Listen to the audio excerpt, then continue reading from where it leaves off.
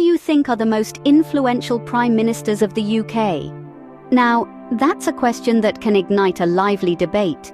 Ranking the most influential prime ministers of the UK is indeed a subjective task, and the result can vary greatly depending on different perspectives and criteria.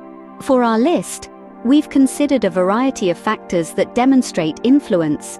These include the impact they've had on society, the policy changes they've implemented, and their longevity in office. We're setting out on a journey to explore the tenures of these individuals, their achievements, their failures, and everything in between. We've arranged our countdown in reverse order, starting from the 10th most influential, gradually making our way to the individual we believe has had the most profound impact on the United Kingdom's political landscape. So, without further ado, let's dive into our list with the 10th most influential Prime Minister. In the 10th spot, we have Neville Chamberlain, a figure often associated with the policy of appeasement towards Nazi Germany in the lead-up to World War II. Chamberlain, serving as Prime Minister from 1937 to 1940, believed that he could prevent war by appeasing Hitler's territorial ambitions. This culminated in the Munich Agreement of 1938, where he conceded the German-speaking Sudetenland region of Czechoslovakia to Hitler. Chamberlain returned to Britain declaring peace for our time, but it was a peace that would not last. Less than a year later, Germany invaded Poland, triggering the start of World War II. Chamberlain's policy of appeasement has been subject to much debate and criticism. Some argue it gave Hitler time to build his military strength, while others suggest it was the only realistic policy at the time, given Britain's reluctance for another war. Despite the controversy, Chamberlain's influence on British history is undeniable. Moving on to the 9th spot, we find Harold Macmillan. A name synonymous with post-war Britain, Macmillan served as Prime Minister from 1957 to 1963. His tenure was marked by significant social and economic changes, steering Britain towards a more prosperous and equitable society. Known for his "You've never had it so good" speech, Macmillan championed policies that improved living standards and reduced unemployment. This period, often referred to as the Macmillan boom, saw a rise in consumerism, a growing middle class, and the expansion of the welfare state. Now, let's make a seamless transition to our 8th influential Prime Minister, Clement Attlee. Serving from 1945 to 1951, Attlee's term was transformative. He led a Labour government that was committed to the implementation of major reforms. These included the creation of the welfare state, a safety net for the most vulnerable in society, and the establishment of the National Health Service, a revolutionary healthcare system that provides free healthcare at the point of use. Attlee's government also pursued a policy of nationalisation, bringing key industries under public ownership. Both Macmillan and Attlee were instrumental in shaping post-war Britain. Macmillan's economic policies and the Macmillan boom led to a rise in living standards and a shift towards a more consumerist society. On the other hand, Attlee's focus on welfare and public healthcare paved the way for a more equitable society where essential services were accessible to all, regardless of their financial situation. These two prime ministers, though different in their approach, both sought to improve the lives of the British people in the aftermath of a devastating war. They understood the importance of economic growth and social justice, and their policies reflect this understanding. Their influence continues to be felt today in the economic prosperity and social welfare systems that are cornerstones of modern Britain. Two prime ministers who truly shaped post-war Britain. In the 7th spot, we have David Lloyd George.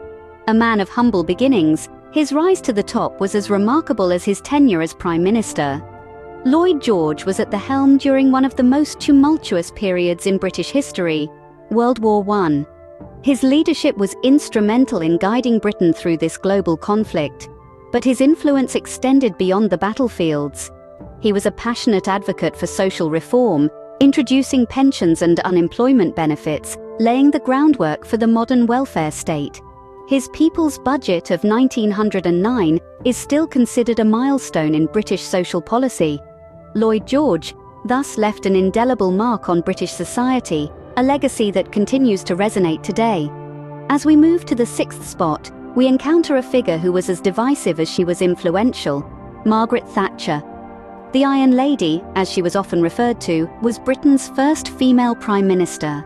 Her reign was characterised by a distinct brand of politics and economics, aptly named Thatcherism. Thatcherism championed free markets, deregulation and privatisation. It sought to reduce the influence of trade unions and the state in the economy.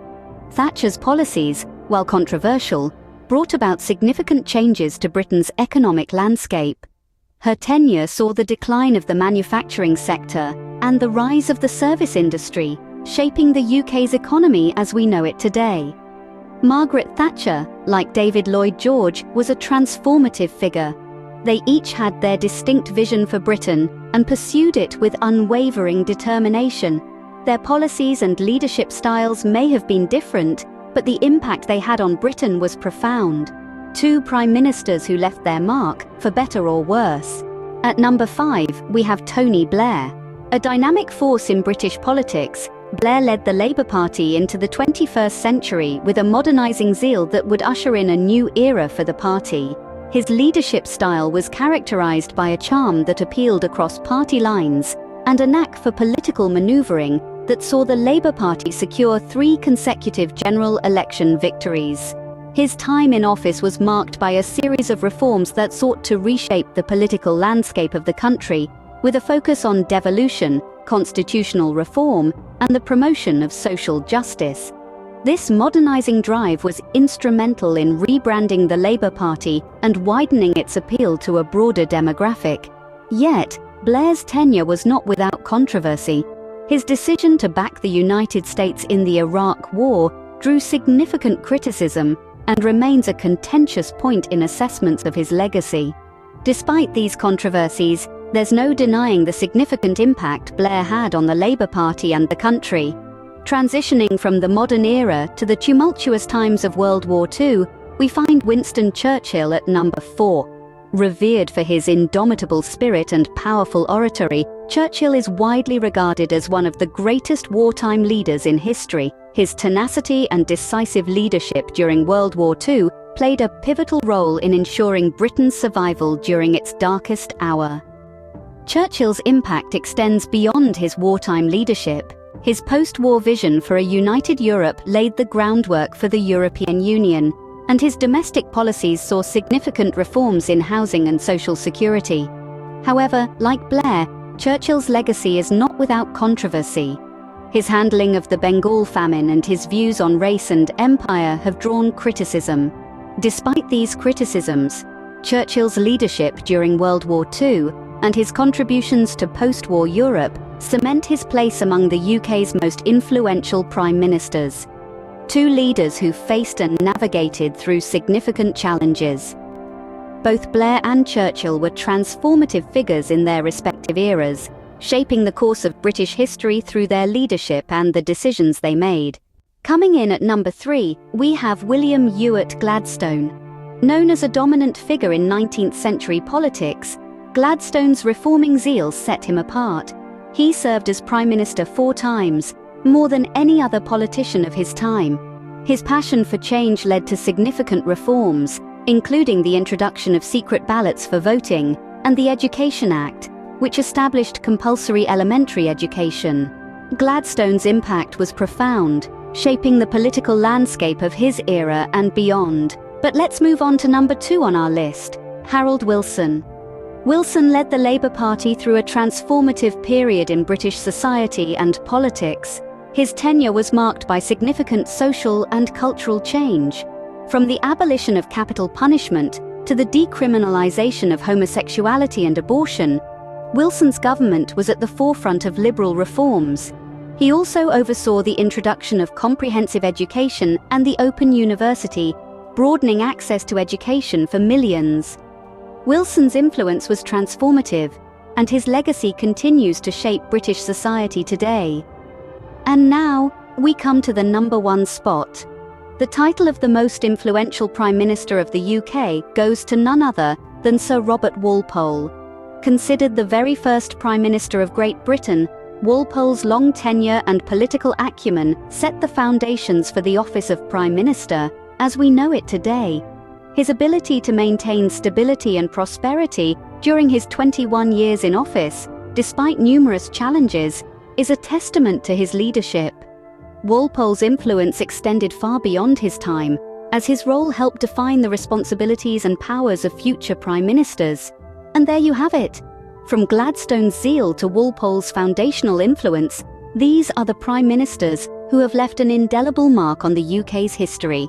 So, there's our list of the top 10 most influential prime ministers of the UK.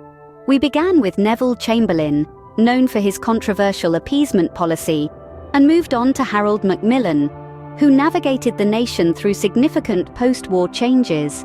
Then, we highlighted Clement Attlee, the architect of the welfare state and the National Health Service, David Lloyd George, the Prime Minister during World War I, and Margaret Thatcher, with her unique brand of Thatcherism, were next.